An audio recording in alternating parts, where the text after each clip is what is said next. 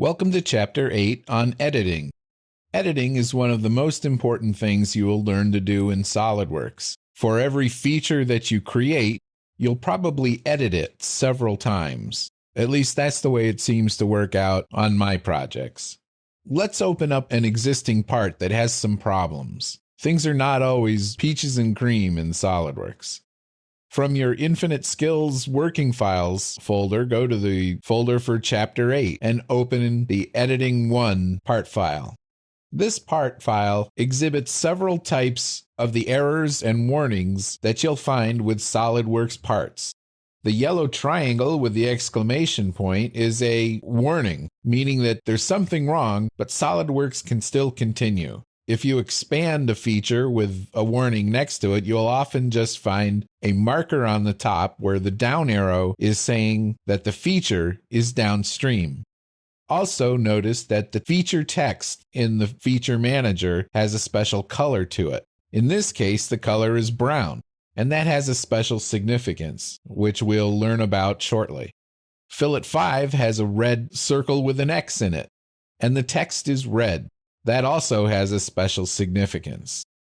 We're going to take a look at all of the errors in this part and see what we can do to fix them. On the road to fixing them, SOLIDWORKS does offer a little bit of help. If you put your cursor over one of the features with the errors, you get a tooltip.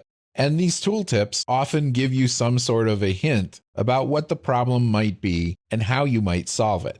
The tooltips aren't 100% and they don't solve the problem for you, but they get you started on the road, which is very often better than nothing. Along with learning about errors and editing in this chapter, we're also going to learn about some ways to manipulate the feature manager, how you can manage features within it, and different ways that you can visualize information. First, one of our coworkers came to us and said that there was a problem with a counterbore hole on this part, and so we want to find the counterbore hole. So in the feature manager filter, I'm just going to type in the word bore, and here we have it. SOLIDWORKS has filtered down all of the features, and this is the only one that has that text in it. This becomes more and more helpful in parts with more features, and also in assemblies, where you can use the same sort of technique to find parts, mates, features, and sketches. We'll come back and look at this feature in more detail before we're done. To get the rest of the feature manager back, just click on the X in the feature manager filter. Now we want to examine the feature tree in this part, feature by feature, one by one. And to start from the beginning, there are two ways to do this. You can grab the rollback bar, which is this bar at the bottom, with your cursor. When your cursor changes to the hand symbol, you can click and drag the feature up. Or you can right-click on the feature that you want below the rollback bar and select the rollback option from the right mouse button menu. So the first feature is a U-shaped open sketch that looks to be a two-direction thin feature. Let's take a look at the feature and make sure that everything is okay here. First of all, the From panel just says that the extrude was made from the sketch plane. That's not a problem, that looks good. Direction 1 is blind, 2 inches. Direction 1 is always the arrow with the single head. Direction 2 is the arrow with the double head, and that's a blind extrusion as well, and only 1 inch. Finally, because this is an open sketch where the endpoints are not joined together, the sketch has been used to create a thin feature. And all the material is on the outside of the sketch at 0.7 inch. Everything looks to be in place here. So let's roll down the feature manager, one feature, and we see we've got a problem with this sketch.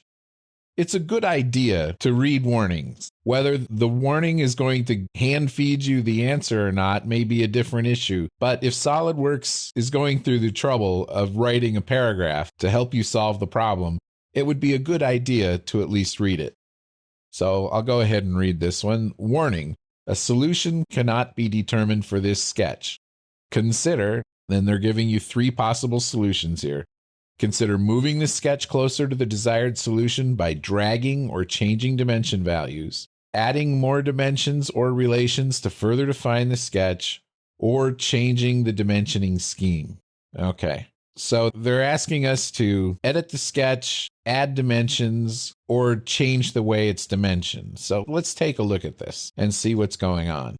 We've been pretty familiar with black sketches, which are fully defined, and blue sketches, which are underdefined, where there are not enough relations and or dimensions to fully define the sketch. But in this case, we have yellow, black, and red. As you might expect, yellow is pretty much a warning telling you that there's a conflict going on. And red is more of an actual error, where there's something that's actually wrong. While items in conflict may have the correct geometry, items in red do not have the correct geometry because there is something about the combination of dimensions and relations that make the correct geometry impossible. Very often, a common sense look at your sketch will help you understand what's going on. So let's take a look here. This line doesn't appear to be a problem, although it's red. It doesn't have anything that's jumping out saying that it's incorrect. And the relations on this arc appear to be correct. What does look incorrect, however, is this red dimension, the 3-inch dimension, is not proportionate to the rest of the dimensions in the sketch.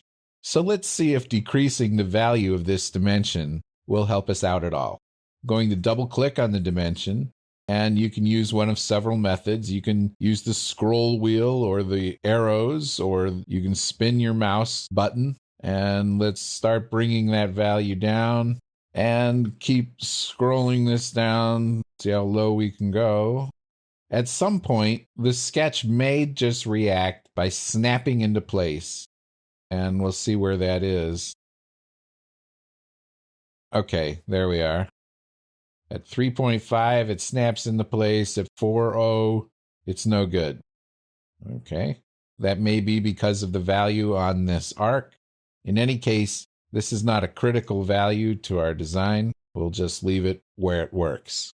Notice that even though we've solved the error here in the sketch, and our status bar is telling us now we're fully defined instead of overdefined, and the yellow and red legend items have disappeared from the lower right-hand corner, we still have an error on the sketch in the feature manager. The feature manager errors will remain there until you fix the errors and exit the sketch. So let's get out of the sketch. And the errors have gone away, so we're good on that. The error will still show on the top level until we've fixed all of the errors in the part. And this will be true in an assembly as well. It's possible for you to navigate the rollback bar up and down the feature manager using your keyboard. So with this, I'm using arrows on the keyboard to move the rollback bar up and down. In order to do that, you have to have a special setting set, and that's in Tools Options, Feature Manager, Arrow Key Navigation. There are some other useful settings in here as well that you may want to peruse.